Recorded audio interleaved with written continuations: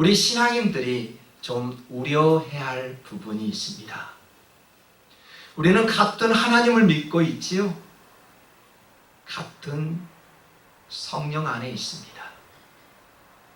그럼에도 불구하고 우리가 성경을 해석하는데 다르고요. 생각하는 것이, 하나님을 바라보는 관점이 다 다르다는 것입니다.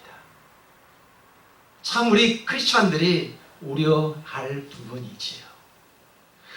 우리가 가장 중요하게 여겨야 할 덕목이 여러분 무엇입니까? 하나님의 선하시고 기뻐하시고 온전하신 뜻이 무엇인지를 분별하는 데 있습니다. 선과 악을 분별할 줄 몰라요. 무엇이 좋은 행동인지, 어떠한 것이 악인지를 몰라요. 예수님을 믿고 성경을 본다는 기독교인들이 말입니다. 이처럼 중요한 덕목이 어디 있을까요? 분별하는 영을 길러야 한다 라고 말씀하지만 우리는 무엇이 옳고 그른지를 잘 분별할 수 없습니다. 분별할 수 있다라면 삶이 달라집니다. 무엇이 옳고 그른 줄 안다면 생각하는 것이 달라지고요. 기도하는 방법 또한 달라집니다. 기도하는 제목이 달라지지요. 분별할 줄 안다면 우리가 세상에 나아가 삶의 모습이 조금이라도 달라지게 되어 있습니다. 질문해 보겠습니다. 오늘처럼 드리는 예배가 중요할까요? 아니면 여러분이 생활 속에 살고 있는 그 삶이 중요할까요? 뭐가 중요합니까? 어느 것 하나 선택해도 다 맞는 말씀입니다. 그런데 분명히 성경은 이렇게 말씀합니다. 순종이 제사보다 낫다고 하였습니다. 여러분 생각해 보세요. 일주일 동안 아무렇게나 살다가 오늘 예배 잘 드리면 그게 정말 하나님의 자녀일까요? 오늘 예배를 잘 드리고 문을 여는 순간 세상에 나가 내 마음대로 사는 것이 과연 참된 예배자일까요? 예배는 이처럼 현장에서 드리는 예배가 있고요. 우리 각자의 삶 속에서 드리는 예배가 있습니다. 그 삶 속에서 드리는 예배 또한 지금처럼 눈을 열고 귀를 열어 하나님 말씀에 집중할 수 있어야 한다는 것입니다. 그래서 하나님께서는 성경을 통해 이런 말씀을 합니다. 너희 몸을 하나님이 기뻐하시는 거룩한 산제물로 드리라. 이는 너희가 드릴 영적 예배니라. 예배가 무엇인가요? 첫째는 하나님 앞에 내 몸을 드리는 거예요.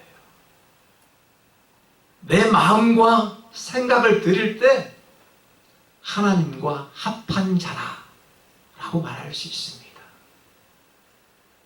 내가 그 가지에 붙어 있어 열매를 맺는 자라 라고 말할 수 있는 것입니다. 우리의 예배를 방해하는 요소가 여러분 무엇이라고 생각합니까? 저는 성경을 통해서 세 가지를 발견하였습니다. 중독, 변명, 그리고 분열입니다. 이 세 가지는 우리의 예배를 방해하고 있어요. 여러분, 중독이라고 하면 가장 떠오르는 것이 무엇일까요? 알코올 중독, 도박 중독, 그런 중독이 아마 떠오를 것입니다. 생각해 보세요. 옛날 사람들은 왜 이렇게 알코올 중독자들이 많았는지 몰라요. 특히 옛날 아버지들은 왜 이렇게 술에 취해 살았는지 몰라요. 집에 들어오면 아내를 구타하고요, 자녀들을 폭행하는 아버지들이 왜 이렇게 많았는지 몰라요. 맞습니까? 그래서 그 아버지의 폭력을 이기지 못하고 가출하는 가족들이 있었습니다. 오늘날 현대인들은 술을 자주 마시지 않습니다. 자동차를 가지고 출퇴근하기 때문에 술을 조금 삼가하는 모양입니다. 그런데 일 중독에 빠졌습니다. 퇴근하지 못하고 너무 바삐 삽니다. 아이의 얼굴을 잃어버릴 정도로 바삐 살아가는 현대인들의 모습을 볼 때 그들은 예배 또한 잃어버렸습니다. 너무 바쁘다 보니 하나님 앞에 최고로 드려야 할 예배 또한 잃어버리고 있다는 것입니다. 여러분, 오늘날에는요, 일 중독에 빠진 사람들이 많습니다. 하루를 쉬는 것이 하나님의 뜻이지요. 6일 동안 일하고 하루를 쉬는 것이 하나님의 방법이었습니다. 우리들은 하나님의 방법을, 하나님의 뜻을 구하며 그 모습대로 살아가기를 원하는 그러한 하나님의 종들이지요. 사랑하는 성도 여러분, 오늘날 일 중독뿐만 아니라 미디어 중독에 빠져 있지요. 셀폰 중독이 있습니다. 셀폰을 손에 쥐지 않으면 불안해하는 사람들이 얼마나 많은지 몰라요. 셀폰을 자주 확인하지 않으면 왠가 나의 마음이 불안해지는 그런 사람들도 많이 있습니다. 오늘날 현대인들에게 매우 심각한 중독이 바로 이런 것들입니다. 술은 마시지 않지만 미디어에 취해 살아가고 있지요. 인터넷이 아니면 우리는 살아갈 수 없습니다. 일을 할 수가 없습니다.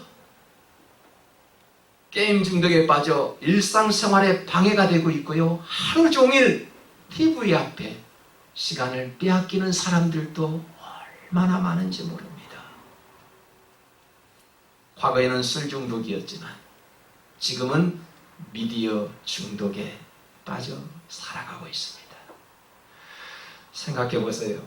이러한 것들은 우리에게 너무나도 필요한 것들이지요. 그러나 성경을 한번 보실래요?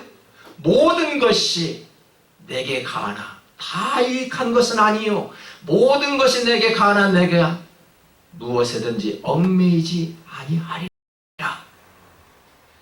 얽매이면 중독이지요. 얽매이지 않으면 중독이 아닙니다. 우리는 셀폰에 얽매여 살고요, 컴퓨터에 얽매여 살아가고 있습니다. 그렇다면 그것은 분명 중독입니다. 고린도 교회를 보니까 영지주의 영향을 받아 육체적으로 모든 일을 저질러도 나는 괜찮아 라고 생각하였지요. 영지주의란 무엇일까요? 교회에서 가르치는 전통과 권위를 무시하고 내 방법, 내 생각, 내 경험이 더 뛰어나다고 생각하는 것이 바로 고린도 교회 성도들 안에 너무나도 많았다는 것입니다. 나르시스적 영향을 받아 자신의 것이 최고라는 것을 이들은 알았지요. 혹시 주변 사람들 중에 이런 분 계십니까? 자기가 음식을 만들어야 먹지 남들이 음식을 만들어주는 그것은 잘 먹지도 않습니다. 불안해하지요. 내 것이 최고이기 때문에. 우리가 살아가면서 영적 지식이 뛰어나다고 우월감을 가지고 있는 성도들이 있지요. 보이지 않습니까? 생활은 그렇게 하지 않으면서 자기는 영적인 사람이라고 말하는 사람들이 있지요. 나르시스적 영향을 받았기 때문입니다. 이처럼 고린도 교회 안에서는 교회에서 선포되는 그런 권위, 전통은 다 무시했어요. 오로지 내 생각, 내 방법, 그것이 최고라고 생각했기 때문에 오늘 이 말씀을 지금 바울은 하고 있는 것입니다. 여러분, 심리학에서도 성경에서도 자기를 아끼고 격려해야 된대요. 지난주 말씀 가운데서도 기억하십니까? 자신을 좀 더 사랑할 줄 알아야 한다고 했어요. 자신을 사랑할 줄 아는 사람이 남도 사랑할 수 있기 때문에 자신을 먼저 사랑할 줄 알아야 한다고 했습니다. 그러나 자신을 사랑해야 하지만 깊이 빠지게 된다면 어떻게 될까요? 자기애적 성격 장애가 되는 것입니다. 중독이 되는 것입니다. 여러분, 중독이 되면 문제가 생기죠? 인터넷 중독이 되면 어떻게 될까요? 느끼잖아요. 어깨 결림이 옵니다. 셀폰 중독이 되면 어떻게 되는 줄 아십니까? 사람의 얼굴 표정을 보고 어떠한 표정을 가지고 있는지 인지 능력이 떨어진대요. 그러한 연구 결과가 나왔습니다. 셀폰 자주 보지 마십시오. 일 중독에 빠지면 어떻게 될까요? 대인관계 결핍이 됩니다. 일이 있다가 갑자기 일이 없으면 어떻게 할까요? 그 사람들을 보십시오. 불안해합니다. 일이 없으면 굉장히 불안해합니다. 일 중독 현상입니다. 남들과 달리 자신은 특별하다는 자아 중독은요, 오늘 고린도 교회에서 신앙을 위협했던 가장 위협적인 이단과도 같았던 것입니다. 저는 청년 시절 때 매주 토요일에 방영되는 토요 명화를 자주 보았습니다.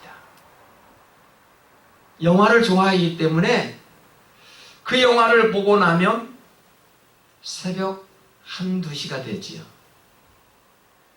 그래서 주일에 졸고 있는 사람들이 많아서인지 우리 목사님께서 주말에 명화를 좀 보지 말라고 설교 시간에 그런 말씀을 전했던 것을 기억합니다. 우리들을 방해하는, 그런 습관적으로 방해하는 그것들이 무엇일까요? 분명히 우리 안에 예배를 방해하는, 신앙을 방해하는 것들이 있다라는 것입니다. 그것들을 우리 스스로 제거할 수 있어야 합니다. 셀폰입니까? TV입니까? 컴퓨터입니까? 나의 잘못된 습관 때문에 나의 신앙에 해를 입고 계신가요? 오늘 두 번째는 우리의 신앙을 방해하는 것은 변명입니다. 여러분, 저도 그래요. 사람들은 누구나 변명을 좋아하고요, 핑계거리를 만들어 가면서 살아가고 있지요. 이것이 우리 연약한 인간의 모습이기에 어쩔 수 없습니다. 우리들에게 가장 크게 방해되는 요소가 바로 변명이라는 것입니다. 여러분, 변명은 아무 도움이 되지 않습니다. 변명을 하면 할수록 그 사람과의 관계가 멀어질 뿐이지요. 전혀 도움이 되지 않습니다. 아닌 것은 끝까지 우기면 안 되지요. 왜 아닌 것 가지고 이것이 맞다라고 우깁니까? 사람은 인정할 줄 알아야 되겠지요. 아담아, 왜 열매를 먹었느냐? 네, 먹었습니다, 제가 하면은 더 이상 묻지 않았을 거예요. 여자가 주었으므로 먹었습니다. 여자에게 물었습니다. 왜 열매를 먹었느냐? 네, 제가 잘못했습니다. 라면 더 이상 묻지 않았을 것입니다. 네, 뱀이 나를 꼬여서 먹었나이다. 우리 사람들은 이처럼 변명합니다. 그냥 잘못했습니다 라는 말 한마디면 더 이상 묻지 않을 텐데 우리는 핑곗거리를 만들어 가지요. 핑계가 많은 사람들은 남의 탓을 참 잘합니다. 내 탓이 아니라 남의 탓이라고 말하지요. 잠언에서 귀한 말씀을 줍니다. 사람이 밖에 나가지 못하는 이유가 사자 때문에 나가지 못한다고 말을 해요. 우리 과거에 그랬잖아요. 코로나 때문에 예배도 못 드려요. 나가면 안 돼. 정말 무서운 것은 그런 코로나가 아니고 사자도 아니고 나의 마음이잖아요. 나의 마음조차도 컨트롤할 수 없잖아요. 사자가 지금 무서운 거 아니에요. 그런데 잠언에서 뭐라고 말씀합니까? 사자가 나를 삼키기 때문에 나는 밖에 나갈 수 없어. 여러분, 변명 아닙니까? 핑계 아닙니까? 우리 주님께서 그렇게 말씀하지요. 너희는 어찌하여 너희의 전통으로 하나님의 계명을 범하느냐? 왜 범하느냐? 왜 주일 성수 안 하느냐? 왜 믿음이 그 정도밖에 되지 않느냐? 왜 신앙의 전통을 무시하느냐? 하고 주님이 일찌감치 물었어요. 우리의 나쁜 전통 때문에, 그 나쁜 습관 때문에 1순위를 잃어버리고 있다라는 것입니다. 어느 주인이 큰 잔치를 베풀고 종들에게 시켜서 사람들을 초청하여 데려오라고 하였습니다. 그런데 많은 사람들이 다 핑계를 댔지요. 어떤 핑계를 댔습니까? 내가 소를 샀어. 그래서 나가봐야 돼. 시간이 없어. 내가 밭을 샀어. 그러니 나가봐. 일을 해야 돼. 어떤 이는 지금 결혼식이 있어. 나 그 잔치집에 참여할 수 없어. 라고 핑계를 댔어요. 여러분, 주인이 어떻게 됐을까요? 굉장히 화가 났어요. 종들에게 이르래, 나가서 산과 들에 가서 강권하여 억지로라도 모든 사람들을 다 데리고 와 내 집을 채우라고 이야기했어요. 여러분, 변명은요 주인을 화나게 하는 것입니다. 핑계는요 사람을 화나게 하는 거예요. 여러분, 변명과 핑계는 굉장히 좋지 않은 버릇입니다. 하나님도 변명을 싫어하시지요. 하나님이 좋아하시는 것이 무엇일까요? 인정하는 거잖아요. 회개하는 거잖아요. 반성하는 거잖아요. 근데 우리는 자꾸 핑계댑니다. 이것 때문에, 저것 때문에 핑계대지만 하나님은 그저 잘못했습니다. 그 한 말씀 듣고 싶어 하잖아요. 미안합니다 라는 말 한마디 듣고 싶은 것이 우리 사람들이잖아요. 그런데 그런 말씀을, 그런 말 한마디조차도 못하는 것이 우리들이지 않겠습니까? 성도 여러분, 변명이나 핑계 사람들 싫어하지만 하나님은 무척 싫어합니다. 순종치 않는 사람들은 변명이 많습니다. 나는 순종하는 사람입니까? 아니면 핑계가 많은 사람입니까?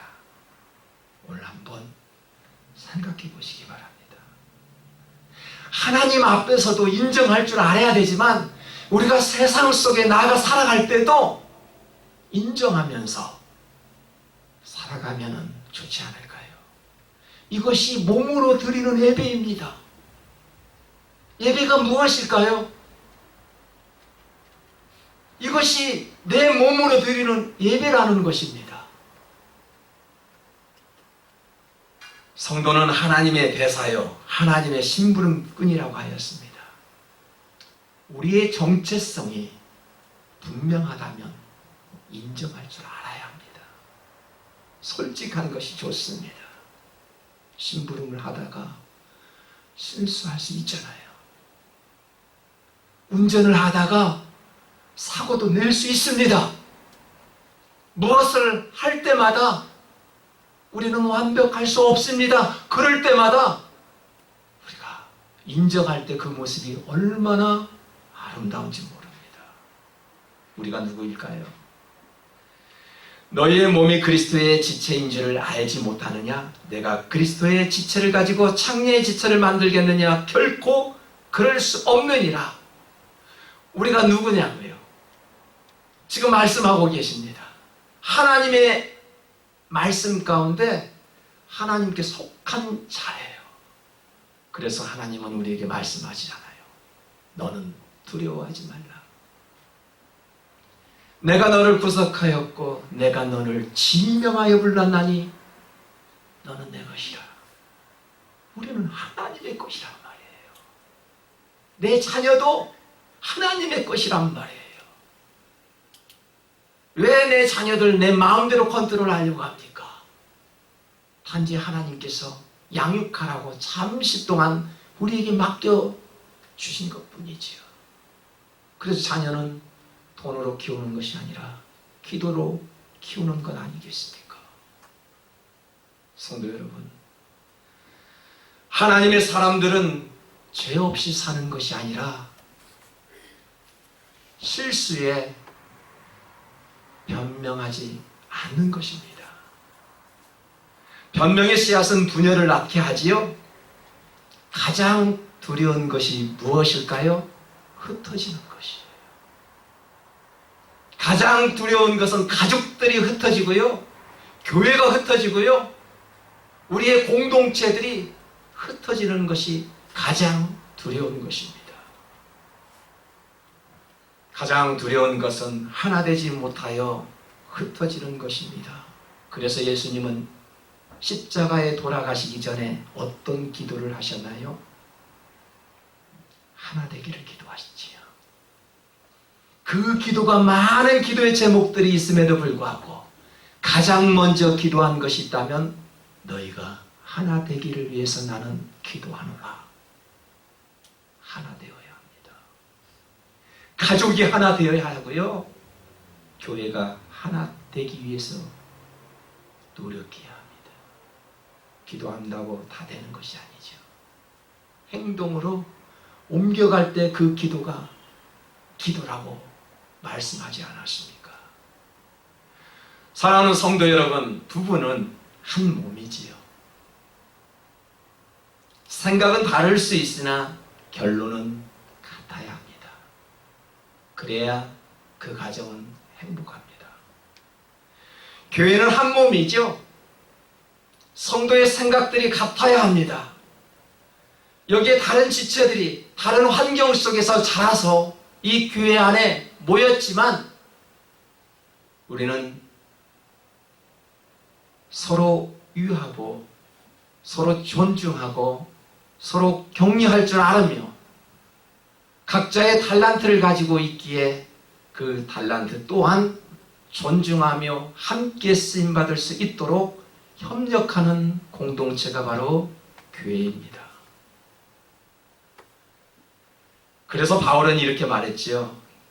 교회가 한 몸임을 강조하면서 성도들의 혈통이나 신분은 다양하지만 한 성령으로 세례를 받았다라고 선포했던 것입니다.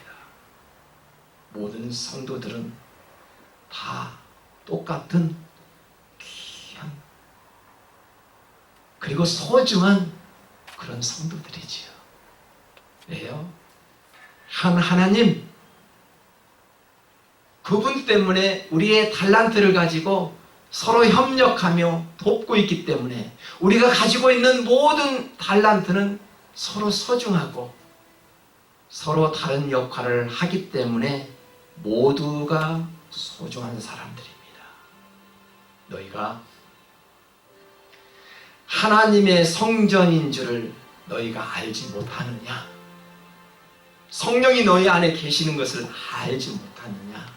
누구든지 하나님의 성전을 더럽히면 하나님께서 멸하신다라고 말씀하였습니다. 내 몸 하나님의 것이지요. 하나님의 성전이라는 말씀입니다. 이 몸이 이제는 예배를 마치면 문을 열고 세상을 향해 나아갑니다. 지금 예배드리는 그 마음, 그 생각을 가지고 밖에서도 여러분의 몸으로 예배드린다라면 하나님이 얼마나 기뻐하시고 복음을 모르는 많은 사람들이 예수의 향기를 맡을 수 있지 않겠습니까?